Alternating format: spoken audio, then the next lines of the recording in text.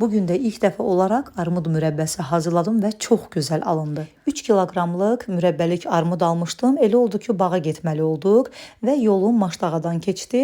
Oradan keçərkən yol üstündə çox gözəl bir Mini Sədərək adlı dükana rast gəldim. Evimə lazım olan bəzi şeyləri buradan aldım. Gördüyünüz bu çaydanı, şüşə çaydan. Mürəbbə bişirmək üçün çoxdandır iri bir çuğun qab istəyirdim.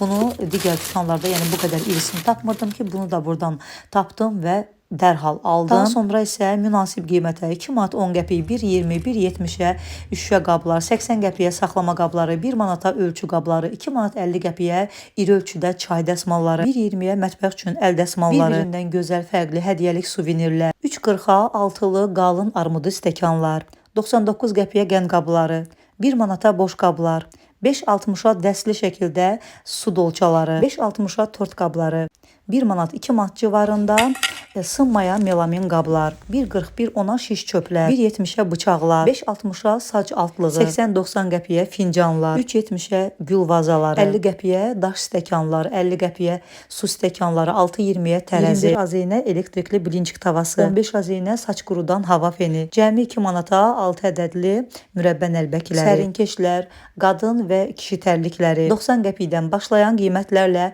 uşaq oyuncaqları, 6.40-a çox gözəl gəlinciklər, sobalar, toz soğuranlar, 90 qəpik 1 manat yucu vasitələri, 60 qəpik xlor, daha nələr. Gördüyünüz bu Mini Sədərək adlı gözəl dükan Maşdağada düz mədəniyyət mərkəzinin yanında yerləşir. Evə gələr-gəlməz başladım mürəbbəmi hazırlamağa. Armudların saplaqlarını bir qədər qısaltdım, qabıqlarını soydum, alt hissələrindəki qara hissələrini kəsərək və adi soyuq suyun içərisinə əlavə etdim. Şirəni hazırlayıram. Şirə içində şəkər tozu və su əlavə edirəm qabımızın içərisinə. Şirəmizi qaynamağa qoyuram və bu arada da armudları suyun içərisindən çıxardıram. Ayrı-ayrılıqda çəngəllə 4-5 yerdən deşirəm və şirənin içərisinə əlavə edirəm.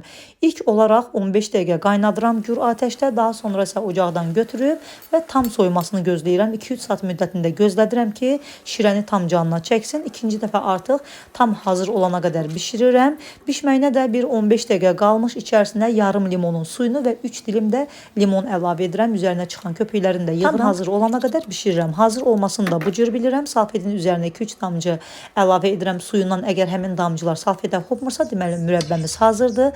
Qabımızı bir dəfə də sonda belə silkələyirəm ocaqdan götürdükdən sonra.